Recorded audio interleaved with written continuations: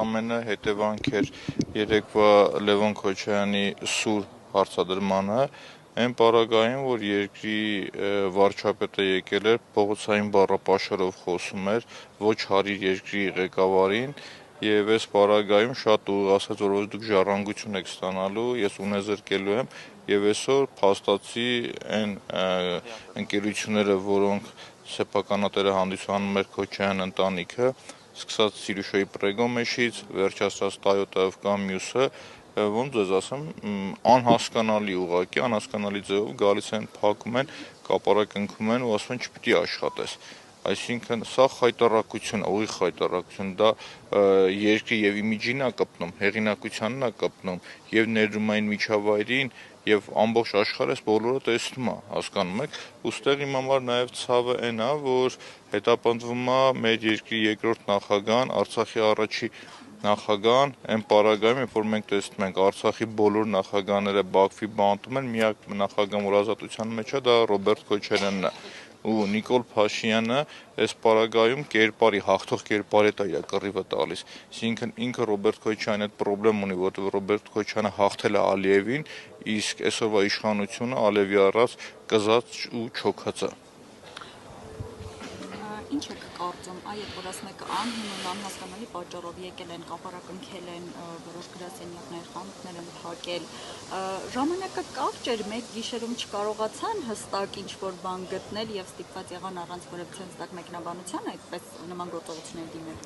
Դե տեսեք, օրինակ մի օրինակ բերեմ Հորոխպորոս տղան, ով աշխատում է միջազգային կազմակերպություններում,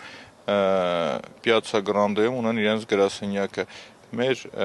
ուժայինները առանց գիտակցելու գնում են միջազգային կառույցի, ուղղակի թույլ չեմ տալիս եթերով ասեմ, իրենք գիտեն, գնում են այս մարդկանց դուռներ են ուզում փակեն։ Հետո ասում են, խո դուք խայտառակ չեք, գնում են դատախազություն, մի քանի ժամից հետ են գալիս, ասում են լավ կներեք, տեսնեք, այս մի դուռնով է, sense հերթով դռներով պատտվում են, կատարել խայտառակություն եմ, իրանք էլ են նայում, իրանք իրենց առածել լսում են ու ասում են լավ, դուք չեք կարողանում այդ ճշտել հասկանալ, էլի, այսինքն այդ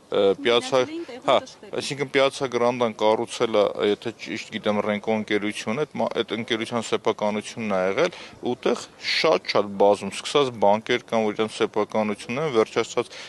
դիվանագիտական, եթե չեմ սխալվում, ներկայացուցիչներ կան ու նաև միջազգային, չգիտեմ, EBRD-ն է, մյուս նմանատիպ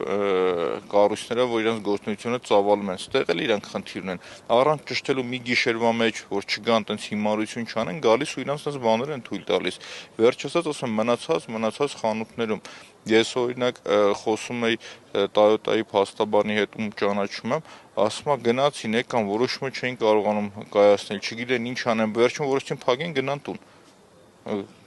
Իրանց մոտ խելագարության կանխավարկածով են իրանք առաջնորդվում։ Մանուկյան, օրինակ, ինչի հենց այս պահին, լավ, այսպես առավոտներ ասացիք, որ նախորդի, Լևոն Քոչարյանի ելույթից հետո այսպես եղավ հրահանգը, ու շատ են մարդիկ այդ մասին խոսում, բայց տեսեք, Ես եթե կարելի է տեղ մի բան ասեմ, թույլ տաք, պետք է նայենք դրան նախորդել է, ինչն է նախորդել։ Դրան նախորդել է այն, որ Նիկոլ Փաշինյանը գույժել է, որ ինքը պատրաստվում է Տիգրանաշյանը հանձնելուն։ Ինքը գույժել է, որ որոշակի հայկական տարածքներ հանձնելու է, եւ նույն իրանց այն հիմար պնդումը, որ կար վարչատարածքային բաժանում ու չգիտեմ ինչ, այդ բաժանումներով բոլորը եղել են հայկական։ Այդտեղի մարդիկ բոլորն ունեցել են կադաստրի վկայական, սեփականության վկայական։ Այս մարդը ասում է